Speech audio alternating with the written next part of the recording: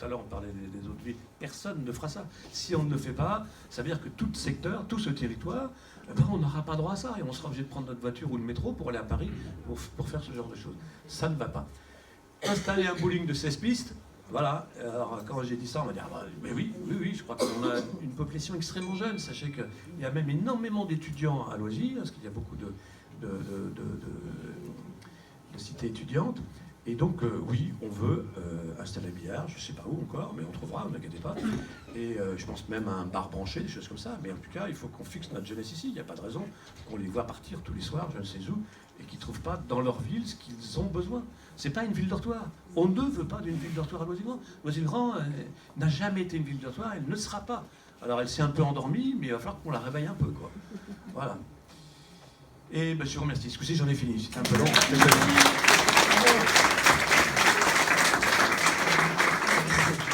Bien, alors, avant de vous laisser la parole, parce que nous tenons à vous laisser la parole, on va demander à deux personnes de faire de très courtes interventions.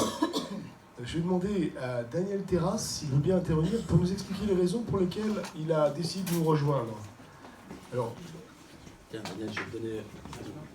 Tu veux t'asseoir? Prends la place. Oui, il a mal au dos, alors oui, voilà. C'est l'âge, c'est l'âge. Je vais lui remonter le moral. Je te présente pas, Daniel, tu le fais toi-même. Alors, on m'entend là? Bonsoir à tous. Je suis Daniel Terrasse, donc artiste peintre, ancien directeur de la création chez Publicis, réalisateur, scénographe, etc. Je connais Noisy depuis, je dirais, 60 ans. J'ai habité les Richardais. Et depuis de nombreuses années, j'habite le centre-ville. Et depuis 5 ans, j'ai vu qu'il n'y avait rien à voir, en fait. Il n'y a plus rien à voir au centre-ville. Enfin, j'exagère un peu. Il y a un fabuleux building que Madame Marcegni a construit sur son terrain. Un building de 5 étages. Heureusement qu'elle n'est pas restée 20 ans parce qu'on aurait eu un building new-yorkais. Et puis le nid. Alors le nid, c'est une erreur architecturale monumentale qui n'a rien à faire ici, qui serait très bien au bord de la mer, sur un terrain 10 fois plus grand. Alors il fallait que je réfléchisse un petit peu à tout ça, et j'ai réfléchi. Brigitte Marcegni, c'est quoi? Elle aime le bleu, elle aime les chevaux, et les grands discours vides de sens. Donc c'était pas pour moi. Alors il y a Vincent Meunier, lui c'est un peu plus grave. Il a complètement occulté qu'il a passé 3 ans et demi au bras de Brigitte Marcegni. Ça, il est tombé sur la tête, il a un gros problème, il a tout oublié. Moi, je l'appelle le ravi de la crèche qui est tombé du nid. J'essaie de trouver un peu des liens avec tout ça. Et puis quand on parle avec lui un long moment, on arrive à la fin de la conversation et il nous dit « De toute façon, je suis jeune. Je suis jeune. » Alors, je lui dis toujours, c'est bien d'être jeune, mais enfin bon, franchement, c'est pas suffisant, quoi. C'est pas. Alors pour info, je me suis jamais engagé dans rien, ni en politique, ni en rien du tout. J'ai toujours gardé ma liberté. Mais devant le désastre annoncé, j'ai choisi de rejoindre Michel. Pourquoi rejoindre Michel? Autre question? Michel, c'est un créatif. Forcément, c'est pas un artiste, il joue pas du violon dimanche après-midi. Mais c'est un créatif du matin jusqu'au soir. Moi, je le connais personnellement, je le connais aussi dans son action de maire. Et c'est quelqu'un qui crée tous les jours, tout le temps, toutes les 5 minutes. Dès qu'il a quelque chose, il crée, il faut qu'il avance, il faut qu'il invente. C'est aussi quelqu'un qui a des projets. Mais qui a des projets, il les installe dans une vision. Parce que des projets sans vision, ça ne sert à rien. Il faut avoir une vision globale pour avoir ensuite des projets qui s'insèrent dans cette vision. Et là, ça devient intéressant.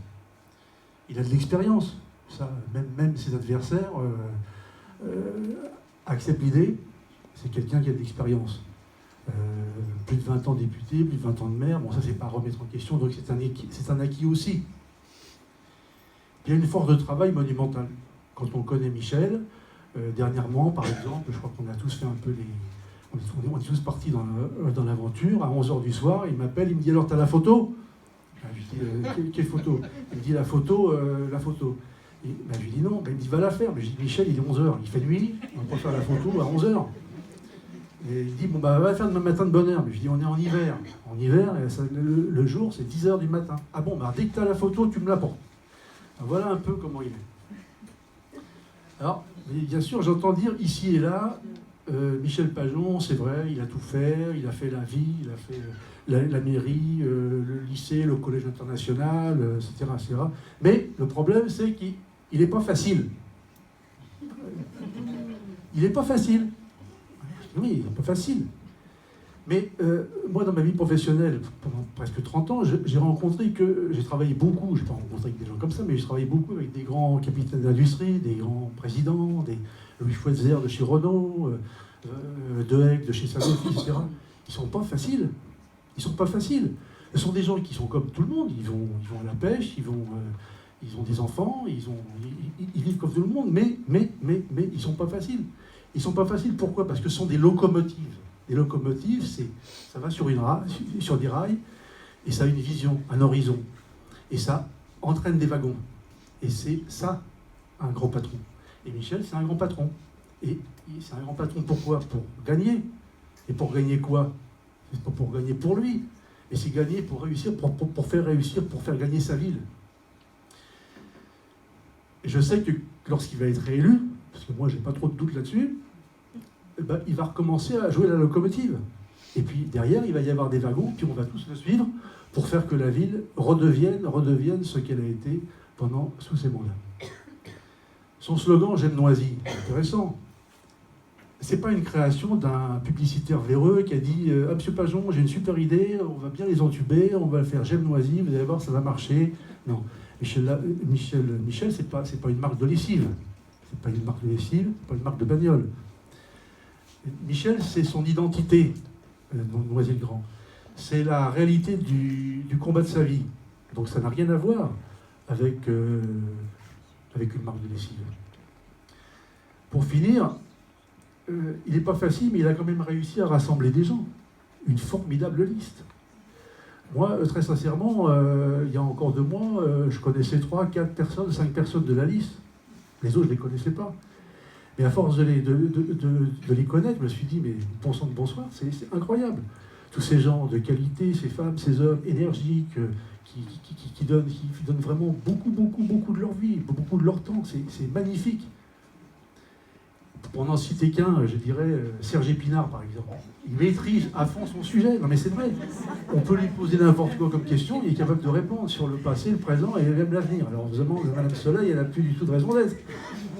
Enfin, voilà, je voulais dire ça, c'est un petit peu long, mais alors, je veux dire qu'en votant pour Michel Pajon, bah, c'est pas compliqué, on vote pour Michel Pajon, ça c'est une lapalissade, mais on vote surtout pour l'avenir de Noisy. Merci beaucoup. Bravo.